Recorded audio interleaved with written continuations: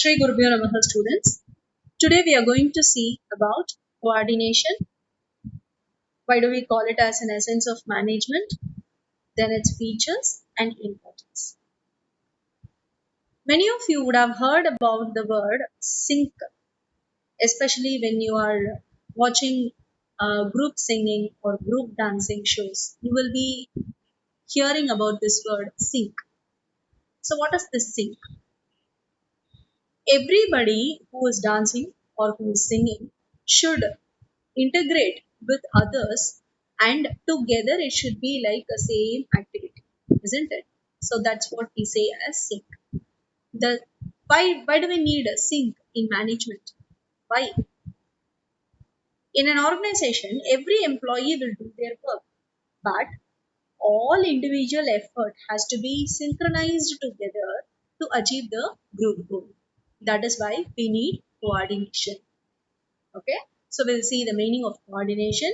It is a process by which a manager synchronizes the activities of different departments towards the achievement of a common goal. So the individual's work has to be coordinated together, synchronized together to achieve the common goal, and that is why that is the process that is doing this activity is coordination. Coordination is said as the essence of management. Why do we call it as the essence of management? Why? Because it is needed in all management functions. That is, in planning,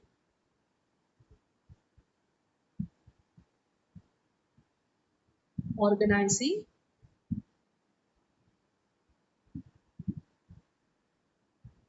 staffing,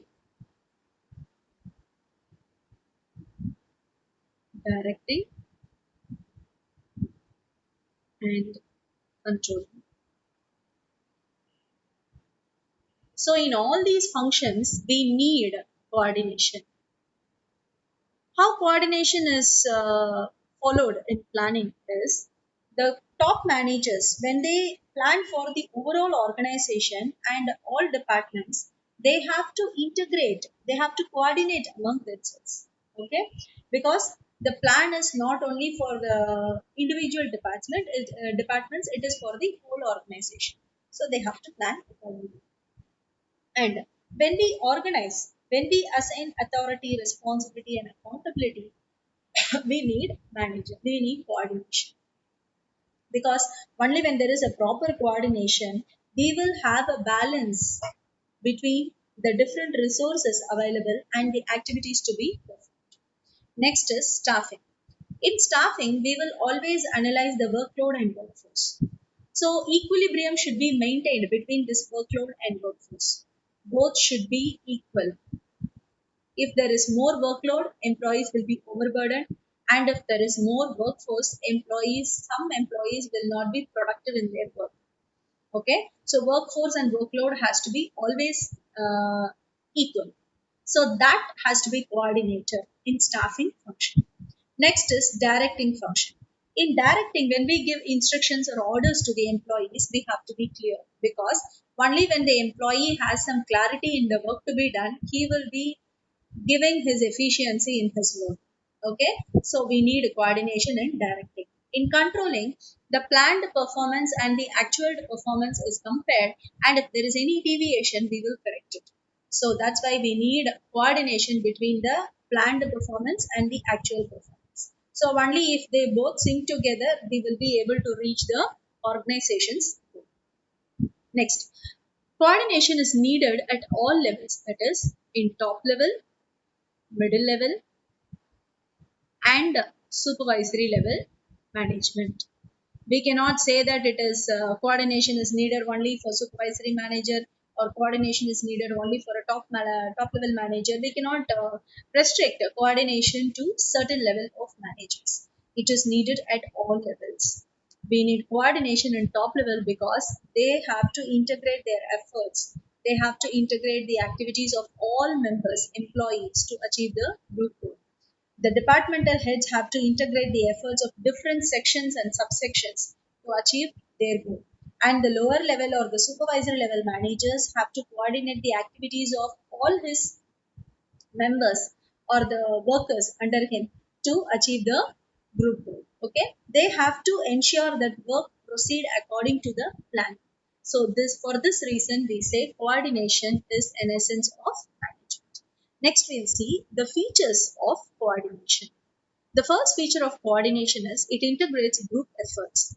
It unifies unrelated or diverse interests. Each individual in the organization will have their own objective to be reached.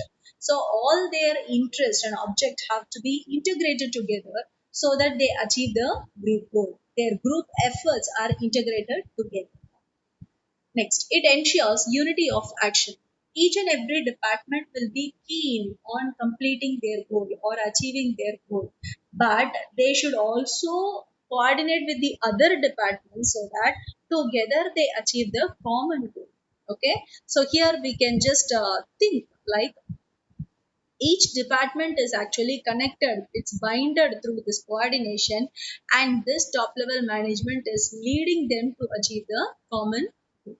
So in that way we can say coordination ensures unity of action. Next, coordination is a continuous process. We say management is a continuous process, right?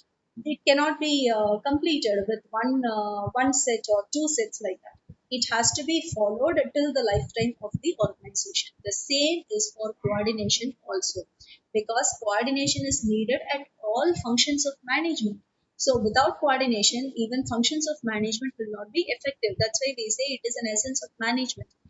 So we can say that coordination is a continuous process. It starts in the stage of planning and it continues till controlling, and once again it goes again to planning. Okay, so it is a continuous process. Next, coordination is all pervasive. It is applicable in all departments and in all levels of management. Each and every manager has to coordinate. It is the responsibility of all managers, and it is needed in all departments. The departmental heads have to ensure that the individual effort is coordinated together to achieve the group goal. Okay, and if the coordination is not there, if coordination is absent, then it may lead to overlapping of work. Overlapping is people doing the same work again, duplicating the efforts, or people different people doing the same thing and the same thing done by different people. Okay, so this is possible in the absence of coordination, and we can bring harmony and integration of activities only through coordination. So that spirit will miss if coordination is not there. So that's why we say coordination is pervasive. Next, it is the responsibility of all managers. When we say it is applicable in all functions of management, each and every manager will do all the functions of management, isn't it? So in that case, it is the responsibility of all managers. And when we saw the second point in coordination as an essence of management, we have seen it is needed for all levels of managers. So each and every manager should take coordination as their responsibility.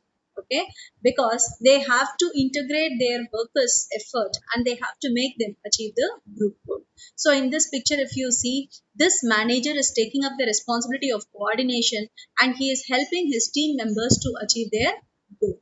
Okay, next is it's a deliberate function. Coordination is a deliberate function which has to be practiced in a conscious manner. Some good effort has to be taken to practice coordination. Okay, because it will not occur spontaneously and it cannot be even achieved by force. Nobody can be forced to coordinate among others. It should come from within. So they should be educated properly to coordinate with other members.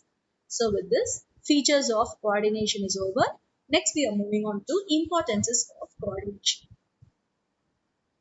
When we have the size grown of a company, we need coordination. We realize the importance of coordination because different individuals from different backgrounds work together. And when the company grows, when the population of the employee grows, then we need coordination. We need coordination badly to harmonize their individual goals and group goals. Next is functional differentiation. We have been, based on the nature of work done by every worker, the departments are formed like production, finance, likewise, it goes on. Okay, so Based on the work done, they are divided into different departments. But still, they have to coordinate among themselves to achieve the common goal of the organization. They cannot sit back and say that I have completed my department's goal, and the finance manager cannot say my department has done good in their goal. They have achieved their goal. Like that, they cannot just sit back and give comments. They have to coordinate with other departments to achieve the common goal. Okay. Specialization. In case of specialization, when we hire people, specialists like legal advisors or chartered accountants, we need to coordinate their efforts also, because being specialist of their department, many of them will not be flexible and they'll be rigid in their ideas. So those people have to be educated, and they should be made to understand the importance of coordination, and they should also be integrated. Their effort also should be integrated. So for that purpose, we need coordination. So these are the importances of coordination. So with this, we have completed the meaning of coordination. Why do we call coordination as the essence of management? The features of coordination and importances of coordination. Thank you, children.